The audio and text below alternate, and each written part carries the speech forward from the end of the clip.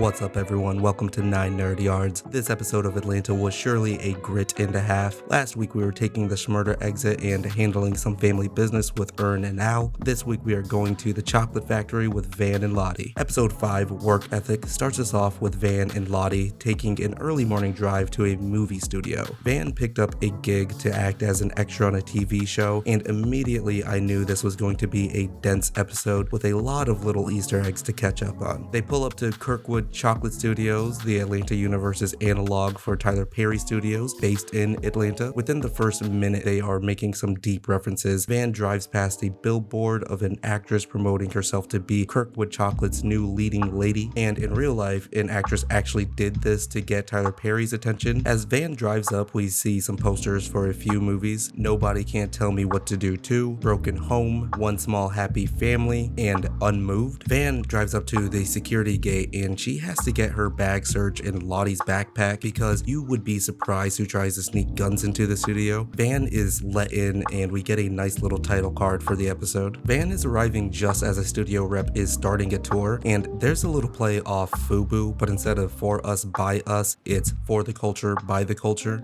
A studio for the culture and what? By the culture, that's right. This man got on BB. The tour guy shows off Kirkwood Chocolate's personal living space / office and slides in an ominous line. Mr. Chocolate is very private, so no one's allowed in or out. I'm pretty sure this is a play on 1971's Willy Wonka and the Chocolate Factory. Nobody ever goes in. Nobody ever comes out.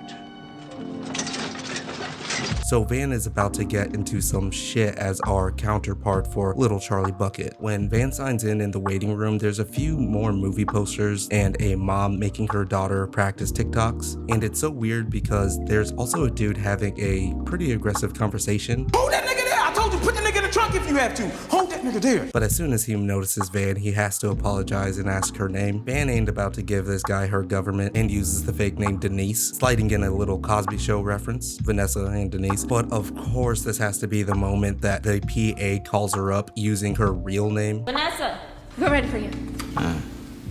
Denise, they're ready for you.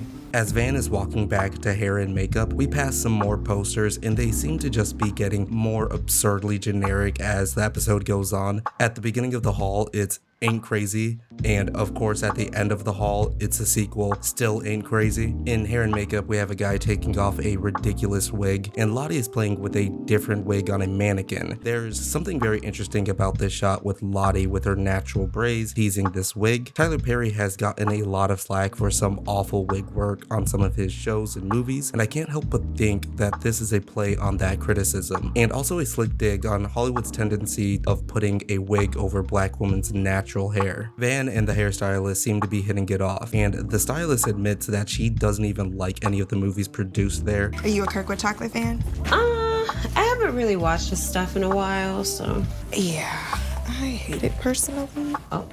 No offense. No, truly, none taken. They are interrupted by the maintenance man, Shamik, and he also has eyes for Van. I'll see you around. Well, okay, Mr. Vanessa. The next scene, we are on set of a chocolate production, and it's hard to watch. But a woman has needs and boundaries. You represent me when you walk out this house. I don't care what your little thought friends over there think. A voice over the intercom stops the filming to give some direction and insists that the PA messes up the actress's hair. Draymond.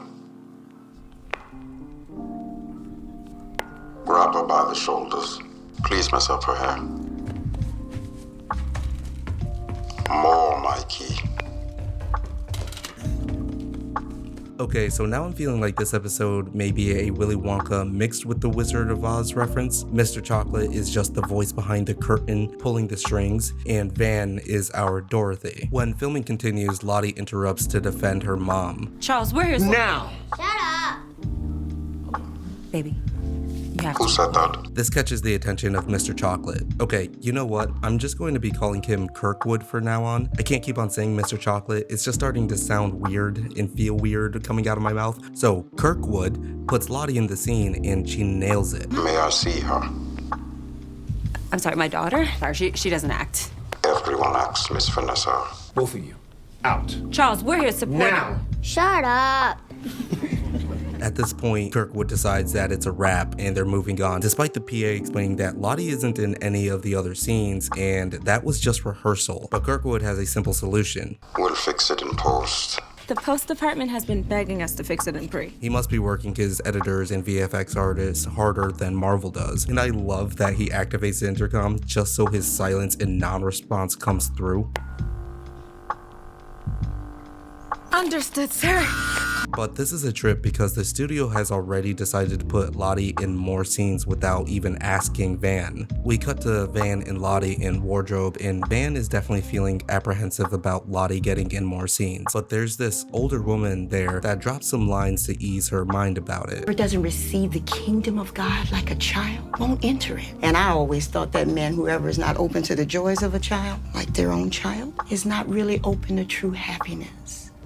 Lottie walks up saying that she looks like Doja Cat. Take that how you will, but I don't know if Doja is really the role model Lottie needs at this age. But we get this cute moment because Van seems like a good mom that trusts that her daughter will let her know when she's feeling like she wants to leave, and they have a cool handshake together. It's just really sweet. Listen, Doja, if you ever feel uncomfortable and you want to leave, you just give me the thumbs down sign. Want to shake on it?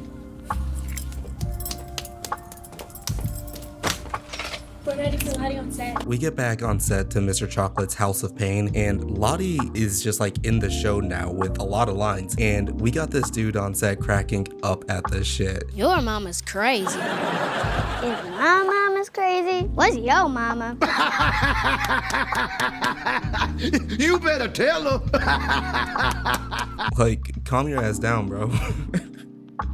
What the hell? But let me take this time to point out how great the actress playing Lottie is. The fact that she can act as Lottie while acting as an inexperienced child actor shows that she has mad skill. Now, if you notice, Van is standing next to the mom that was making her daughter practice TikToks, and shit gets kind of weird when she starts talking about how they need to stick together. We need to stick together. Mr. Chocolate likes your daughter, probably writing a kid show for her right now. Maybe my daughter could be the best friend who's good at computers. She can see potential in Lottie, whereas her own daughter isn't the right type. But your daughter should have the show. Oh, I know.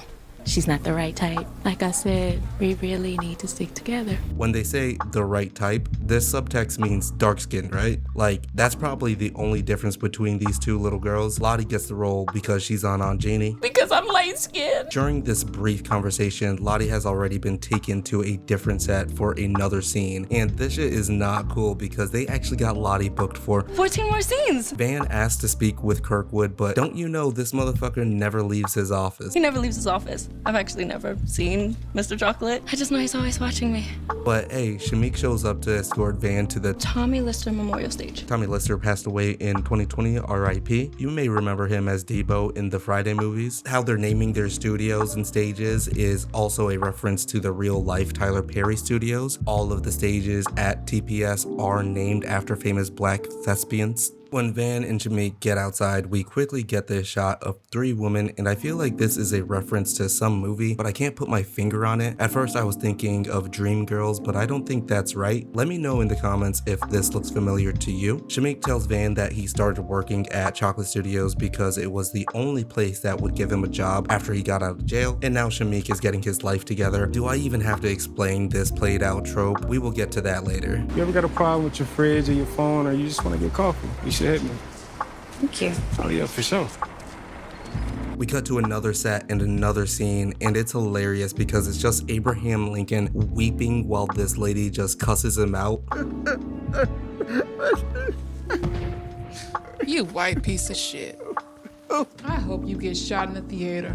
I hope you get shot in a theater. I don't know why that was so damn funny to me. But again, Kirkwood's voice instructs everyone to move on, even though they weren't even filming. But hey, they can just fix it in post. Flip the set. Mr. Chocolate, that was a blocking. We weren't filming. We'll fix it in post. Flip the set. Unfortunately for Van, Lottie has already been moved to a new set for another scene, this time on the John Witherspoon stage. You think they're on on the John Witherspoon stage now. R.I.P. John Witherspoon, another great actor who passed away in 2020 and was the pops in, you guessed it, Friday. Van demands that she is taken to her daughter and catches a lift with the crew on a golf cart while they discuss the merits of Chocolate Studios' production quality. The script has a woman eating a cracked sandwich. I don't know. He won like 30 NAACP awards and a bunch of BET ones. Yeah, so black awards. So only the white ones matter to you?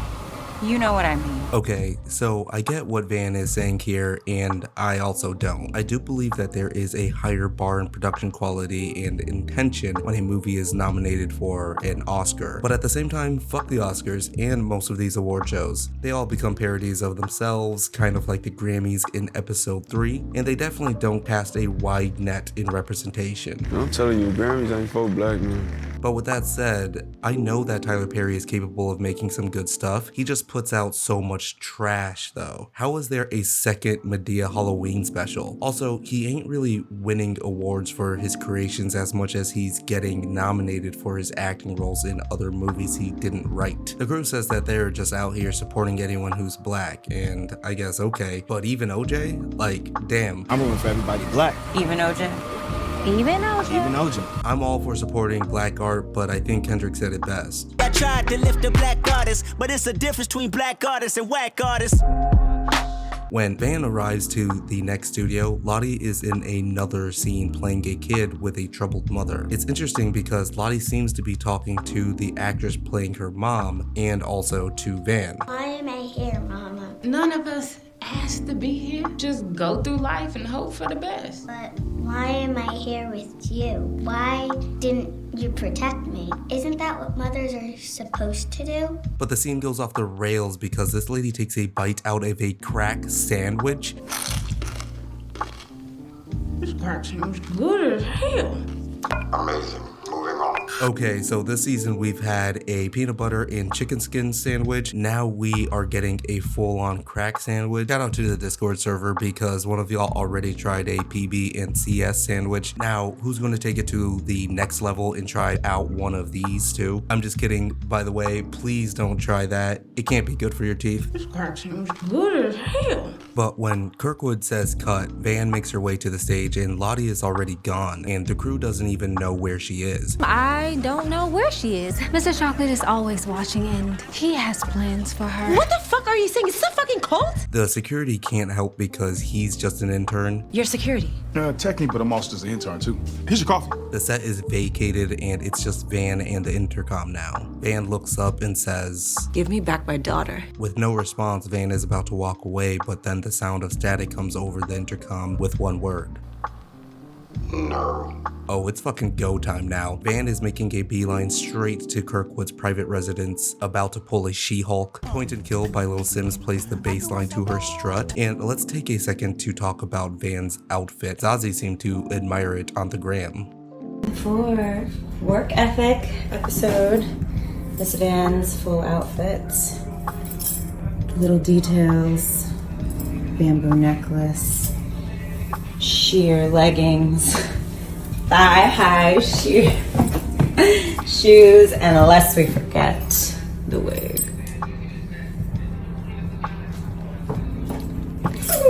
But Van runs into a bit of an issue with armed guards protecting the residence. And these dudes look like they are part of some type of foreign military with their berets. The closest I was able to find was Cameroon's presidential guard. I don't know why that would be the case, but this is when the older woman from earlier comes to Van's aid and fucking shoots one of the guards in the foot. And come to find out, they don't even have real guns. Ma'am, these are fake M16s from the field war of God. Please, don't shoot me. Does anyone know what the War of Gods movie is a reference to? I can't find anything on it, but I did notice that the PA was also wearing a crew sweatshirt from that same movie. So Van gets into the building, and for the millionth time this season, we have our lead characters go through some type of portal or passageway to get to what they want. This scene in particular kind of reminded me of Nope. I won't spoil that here, but if you know, you know. Next, we get one of the most outrageous scenes in the whole series series thus far, probably in the top 5 easily. We hear the clicking of a typewriter mixed with the unsettling tones of random piano chords and notes. Pages upon pages of script fill the room, a goddamn lizard in a terrarium built into the wall. A man sits at the piano producing this cacophony, but we can only see his back as Van approaches. The music stops and Mr. Chocolate turns around with a classic Medea, "Oh hello." "Oh hello. I was just writing on my piano. Steve Jobs made that for me. Scripts are like music to me." He was just writing on his piano. I need one. I would get a lot more work done, I promise. So Mr. Chocolate, oh yeah, I'm gonna call him Mr. Chocolate again, fuck it. Mr. Chocolate walks past Van to his kitchenette, which I swear is just a set swap for D'Angelo's room in episode 3. But the audacity of this man to offer Van a grit. "Would you like a grit?" A singular grit. Van does not want a grit, just her daughter. "She's right there, on the Mario Van Peebles stage. By the time you get there, she'll have moved on to the next scene in the next stage." I think this show is fucking with me because Mario Van Peebles is still alive and wasn't in any of the Friday movies, breaking the trend they built with their other naming schemes. Like, I had to Google it to make sure he was in an episode of The Cosby Show, so full circle, I guess. But anyway, what the fuck is Donald doing in this fat suit? Let me address that, because why is he always the creepy dude? It's just so weird. Mr. Chocolate lets Van know that he has no idea what the next stage or production Lottie is going to be in.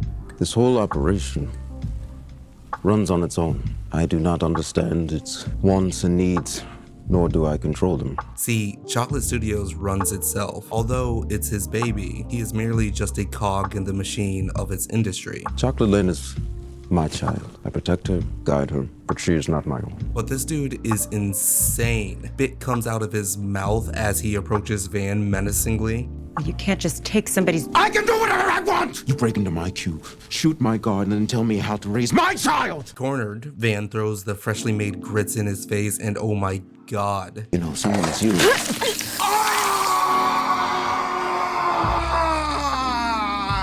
I'm fine. Grits don't work on me. I've developed a tolerance over the years. My guy is grit tolerant. Van is disgusted by Mr. Chocolate. Oh my god. You're a con man. You just make unrelatable shit that takes advantage of the people you say you're trying to help. And yeah, at this point, I wonder what Tyler Perry feels about this episode because they are going in on this motherfucker. Let me mention that the title of the episode, Work Ethic, is actually a play on one of Tyler Perry's tweets where he's just showing off all of the scripts that he wrote, just him. I don't think he has a writer's room, which explains a lot. I know this, but all shows on television have a writer's room. And most of the time there are 10 people, 12, whatever, that write all these television shows, right? Well, I have no writer's room. Nobody writes any of my work. I write it all. Why am I telling you this? I wrote all of these scripts by myself in 2019. What's my point? Work ethic! Tyler Perry writes alone and approves his own work. Going unchecked like that seems like a recipe for bad content. But anyway, the PA randomly brings Lottie to reunite with Van, but Mr. Chocolate has a rebuttal for Van's remarks and he lays out all the tropes to Van's actions this episode. Relatable shit. You say you're a single mother who can't afford to feed your daughter. Phaedra's your hip girlfriend. You have a formerly incarcerated light-skinned love interest. A Christian gun-toting grandmother. And let me guess, you have a dark-skinned baby daddy. He's brown-skinned. So we can see that these are all very typical tropes of leading ladies in Tyler Perry movies. Shameik is an analog to Shamir Moore in Diary of a Mad Black Woman. She has her armed granny, that's her Medea. Even the grit thrown in his face is a reference to Tyler Perry's family reunion. But I love how he says that the grits incident is unprovoked. You threw grits at me. Unprovoked. Face it, Vanessa. You're a cook with chocolate woman. leads me to my next point. Let's analyze how wrong Mr. Chocolate is in this case, because all of these actions that Van made were all being manipulated by Chocolate Studios, and I think that is such a great metaphor for representation in the media. I do understand that Tyler Perry stories can be relatable, but that doesn't mean black culture is a monolith and can only be represented in one way. And it's extra infuriating when the person in charge isn't making the change to broaden out how black people are depicted in media. You have the work ethic, sure, but Tyler Perry is the only one creating the narrative to all of these films. It could be for the culture, but it's certainly not by the culture. Now, let's go a layer deeper and talk about how it's actually Donald Glover in a fat suit saying these things to Zazie Beetz. Atlanta has caught its fair share of criticism for the way it handles Van's character and its portrayal of black women overall. It's so meta when you consider that this could also be the showrunners of Atlanta calling themselves out. So things still ramp up because Van just wants to get out of there, but Mr. Chocolate wants to keep Lottie, and Lottie wants to stay. Lottie an offer. 6 seasons of a children's show that would make her financially stable until she was 20. What do you say? Well, I'm not like one of those mothers downstairs that's gonna make their daughter do something they don't want to do. I don't want to do it. But obviously Van can't let that happen. Just like in that fake scene, Van has to protect her daughter. It's her job to do so. But Mr. Chocolate is going off before they leave. She can't be not 18 forever. I shall have her. She'll be sperm woman number 8 when I'm done with her. At the end of the episode, Van and Lottie get back home. Van is still in her stage clothes, and I think that what Van says to Lottie here is a great continuation of our main characters wanting to break the cycle that they feel like they've been in for generations. But you represent something, and I know it isn't fair, but what you do, it matters a lot. I just really want you to be old enough to decide what you want to represent, okay? Because I can't always protect you. The episode ends with Van taking a look at the card Shamiki gave her back at the studio, and when she flips it over, yeah. And the episode ends with the song Wishy Washy by Coco and Claire Claire. 3 o'clock on the dot, he pull up on my block. We go into the mall, I'm getting Nike Shocks.